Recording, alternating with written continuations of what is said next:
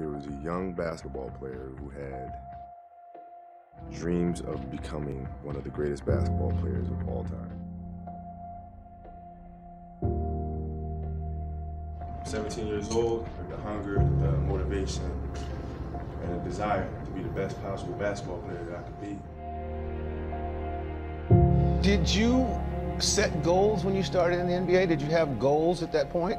Certain things that you wanted to do? Yeah, it was really simple for me at the time, which is win as many championships as possible.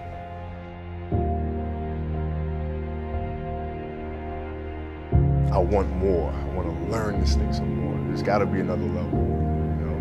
And it was just beyond exciting. And when I step on that basketball court, I become something else. Hey team, how are you? Coach Thing, the Cavalea, checking in with you here. And here it is, the start of another week. Exciting. We have a lot in front of us. We have to decide what it is that we're going to do this week, where we're going to put our time, where we're going to put our focus, where we are going to put our attitude. And this past weekend, I was watching an unbelievable documentary on the great Kobe Bryant. Now, some of you may not be Lakers fans or you may not like basketball, but there's something to be learned from somebody like Kobe, who is such an incredible performer. And again, I've had a chance to see it in baseball, players like Derek Jeter, players like Mariano Rivera, what makes them great. But there was something that I saw last night when I was watching this documentary with Kobe that was so similar to the guys that I have worked with. And what they do is they do a great job of channeling. So they don't focus on anything that's happening on the exterior or the external and the bad things that can happen.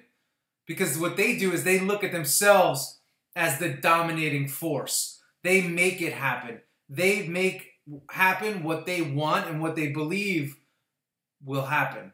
Now, a guy like Kobe, he's referred to as the Black Mamba, which is a poisonous, venomous snake that is very powerful and can take down many people and many things. And there were some great quotes that I pulled from the movie. I'm going to write a blog on this.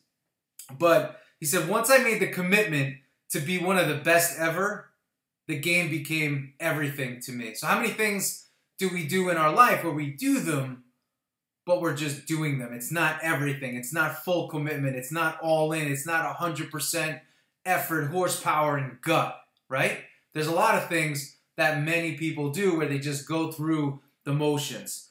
For a guy like him, he said he moved around a lot as a kid, and he was always looking for stability, and he found stability in the basketball because he was able to take that from place to place, and that gave him a sense of comfort, but also he had a lot of emotion, raw emotion, that he needed a place to channel. And something he said was, you know, I got a chance to play basketball, and that's where I was able to let out my rage. And when I was able to let out my rage, I was able to erupt. The basketball court was a place where I was able to erupt. The other thing that he talked about that I found really interesting was when it came to leadership, Mamba leadership, and his ability to lead. And this is something that I really wanted to share today, because we are in an era where it's all about hugs and kisses and handshakes and you know, this leadership style that some people embrace, but others don't embrace it, and they actually try to lead that way. And that leadership style is not for everybody. You know, there are very aggressive leaders out there, and people that's just who they are. That's their eruption. That's them bringing their soul and bringing their fire into everything that they do and into the leadership. And if you ask a person like that to become a cuddly kind of person and very gentle, that's not their style. That's inauthentic to them. That's not how they are going to be a great leader. So whatever you do in life, you have to lead from a position and the standpoint of who you are and not try to be something that you're not. And again, working in corporate, I've seen so many teams built the wrong way because the leader is unsure of himself or trying to be the leader that the world wants him or her to be, but it's not who they are. And they end up building the wrong workforce, the wrong team, because that team that they're building matches up with their basically alter ego and not who they are. as opposed to that raw, high intensity, high aggressive person that they really are. And there's a great scene in the movie, again, that talks about this. And Kobe said, I tried to be that. I can't be that. So I had to find another way. I had to bring out the negative emotion in my players and the guys on my team. And we all channeled that into rage on the court. And it was really an unbelievable thing because, again, we're not taught that today. When you read leadership books today, they're very soft. They're all about team. And it's great to be about team.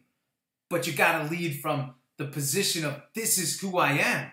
And whether you run the company, own the company, or work for the company, you got to be who you are.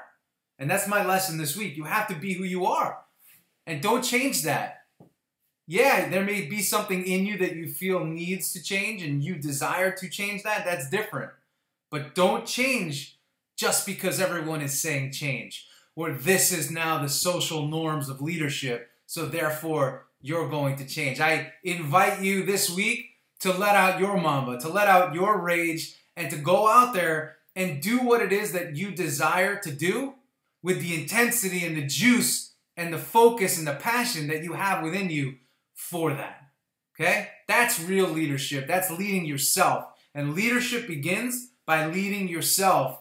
And that energy and that fire is conveyed onto other people and pushed onto other people in a good way.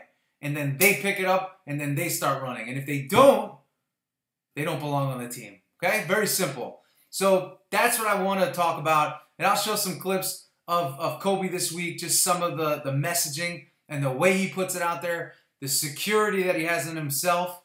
There's power there. There's power behind that.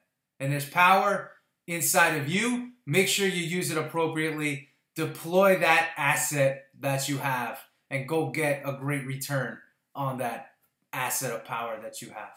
This is Coach Dana Cavalea. I will see you later. Bye. I'm not sitting here saying my philosophy is the right way. Right? It's my way.